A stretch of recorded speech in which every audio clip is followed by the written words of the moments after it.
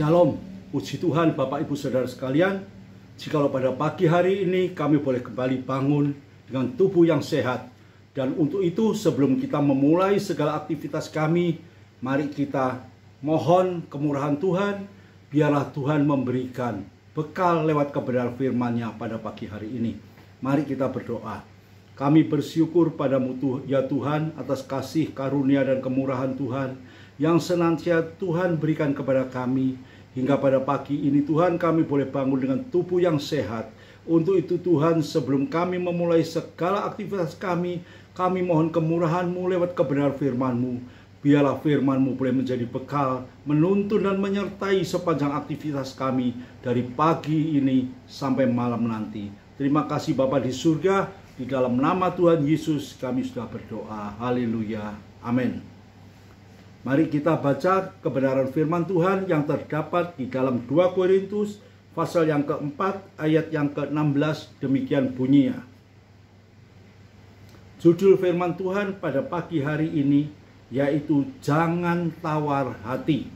Ya, meskipun situasi yang sangat tidak mengizinkan pada saat ini, COVID pandemi belum selesai, masalah ekonomi masih mencengkeram dalam kehidupan kita, ekonomi pun belum pulih, ya. Tapi biarlah apapun situasi yang ada di sekitar kami, biarlah kita mau tetap teguh di dalam Tuhan. Kita tidak perlu tawar hati, karena pertolongan Tuhan itu ya dan amin adanya.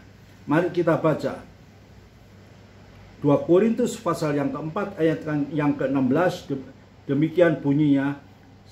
Sebab itu kami tidak tawar hati, tetapi meskipun manusia lahiriah kami semakin merosot, namun manusia batiniah kami dibaharui dari sehari ke sehari. Puji Tuhan Bapak Ibu Saudara sekalian. Di sini Rasul Paulus di dalam suratnya di dalam 2 Korintus, Rasul Paulus menuliskan dan menekankan jangan tawar hati. Seringkali Bapak Ibu Saudara sekalian, situasi dan keberadaan yang ada di dalam kehidupan kami tidak dapat menghindari dengan rasa dan tawar hati, sehingga membawa kelemahan di dalam iman kami percaya kepada Tuhan. Oleh karena itu, jikalau pada pagi hari firman Tuhan mengingatkan kita tidak perlu tawar hati, ya, tetapi meskipun manusia lahiriah kita ini makin merosot, makin banyak masalah yang kita hadapi, manusia batiniah kami diperbarui dari sehari ke sehari. Karena apa? Karena hidup kami ini, Bapak Ibu Saudara sekalian, kita sudah tidak hidup lagi di dalam kondisi dan situasi karakter kami yang lama.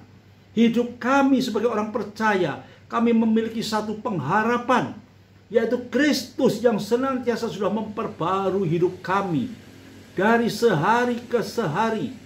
Bahkan apa yang tertulis di dalam 2 Korintus pasal yang ke-5 ayat yang ke-7. Mari kita baca 2 Korintus pasal yang ke-5 ayat yang ke-7. Demikian bunyinya. Sebab hidup kami ini adalah hidup karena percaya, bukan karena melihat, bukan karena situasi, kondisi, ya, keadaan lahiriah kami yang merosot.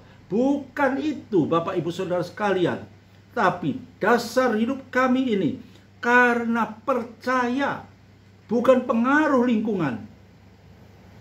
Fisik kami boleh lemah, hati kami boleh lemah, namun percaya kami tetap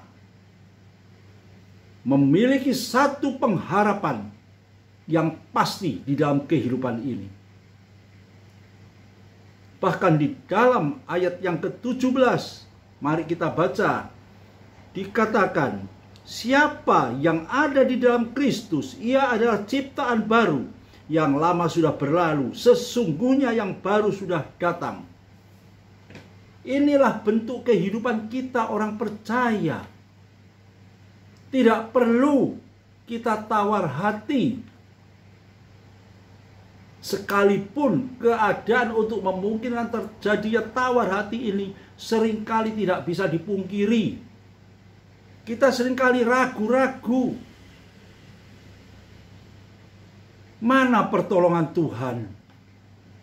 Mana penyertaan Tuhan? Seakan-akan Tuhan sudah meninggalkan kita. Bapak, Ibu, Saudara sekalian, firman Tuhan menuliskan, aku tetap menyertai engkau kemanapun engkau pergi. Berarti bukan hanya penyertaan, tapi pertolongan, pimpinan, dan pembelaan Tuhan itu ada senantiasa di dalam kehidupan orang percaya. Karena itu, kita tidak perlu tawar hati. Ya, tidak perlu tawar hati. Kalau kita melihat dan mengingat kisah dari Ayub, apa yang terjadi dengan Ayub? Jikalau Ayub tawar hati, ya mungkin Ayub memiliki kelemahan di dalam iman percayanya. Kita bisa secara manusia bisa melihat sesuatu yang wajar karena apa yang terjadi dalam kehidupan Ayub. Namun apa yang terjadi? Ayub adalah luar biasa. Bahkan Tuhan sendiri ya menantang kepada iblis, cobailah hambaku yang setia ini. Ayub, cobailah. Ya, berarti apa? Tuhan membackup kehidupan setiap orang percaya. Tuhan yakin Ayub tidak akan jatuh di dalam situasi dan kondisi. Ayub tidak akan menghadapi tawar hati. Karena Tuhan tahu bagaimana karakter Ayub. Bagaimana iman percaya Ayub. Sebuah iman percaya yang dapat diandalkan. Demikian juga di dalam kehidupan kita orang percaya. Jikalau pada pagi hari ini Tuhan membekali kita dengan firman-Nya yang luar biasa lewat suratan yang sudah ditulis oleh Rasul Paulus di dalam Korintus ini, ya. Di sini dikatakan, hidup kami ini ada hidup karena percaya. Milikilah percaya yang sungguh. Percaya yang sungguh. Hidup di dalam percaya yang sungguh. Pertolongan Tuhan pasti terjadi di dalam kehidupan kita. Penyertaan Tuhan selalu ada di dalam kehidupan kita. Kita tidak perlu khawatir. Kita tidak perlu ragu-ragu. Bahkan firman Tuhan juga sudah menuliskan, siapa yang ada di dalam Kristus, bukanlah kita semua ada di dalam Kristus?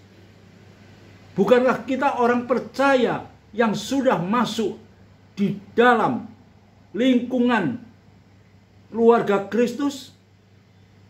Itu yang harus ada dalam hidup kita. Melekat dan selalu meyakinkan. Di sini dikatakan, barang siapa yang ada di dalam Kristus, sejak kita percaya kepada Dia, ya, sejak kita memutuskan bahwa Yesus, Engkaulah juru selamatku, Engkaulah penolongku. Sejak kita memiliki kepercayaan, berarti apa? Kita sudah diubahkan. Hidup kita sudah masuk di dalam hitungan ciptaan baru. Dengan karakter yang baru.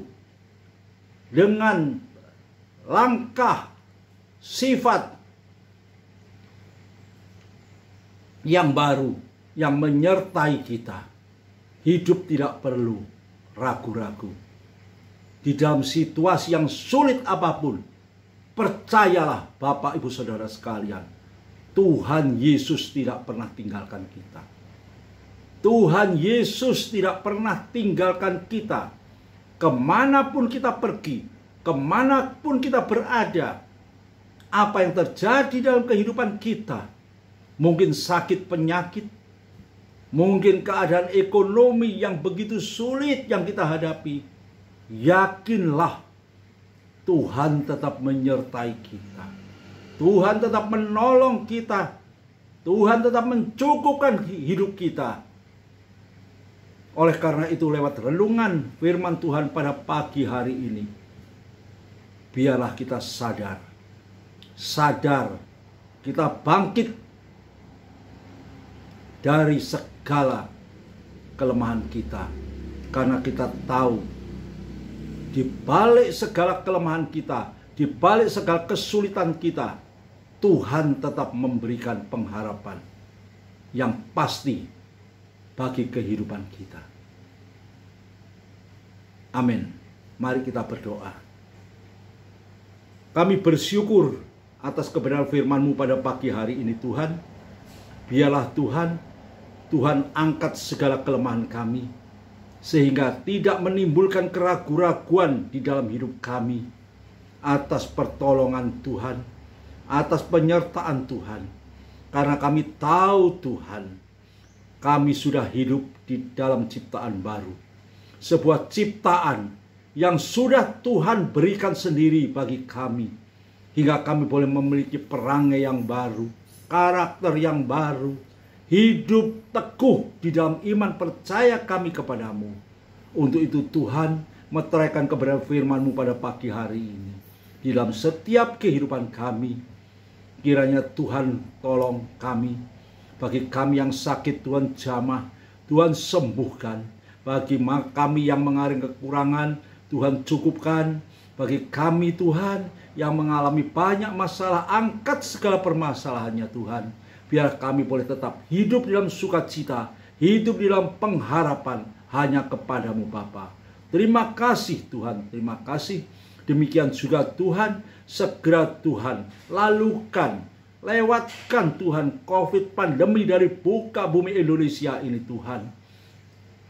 Tuhan pulihkan ekonominya, Tuhan pulihkan semua rakyatnya, hingga kami semua Tuhan boleh hidup dengan sukacita di dalam pertolongan Tuhan. Terima kasih Bapa di surga, di dalam nama Tuhan Yesus kami sudah berdoa. Haleluya, amin.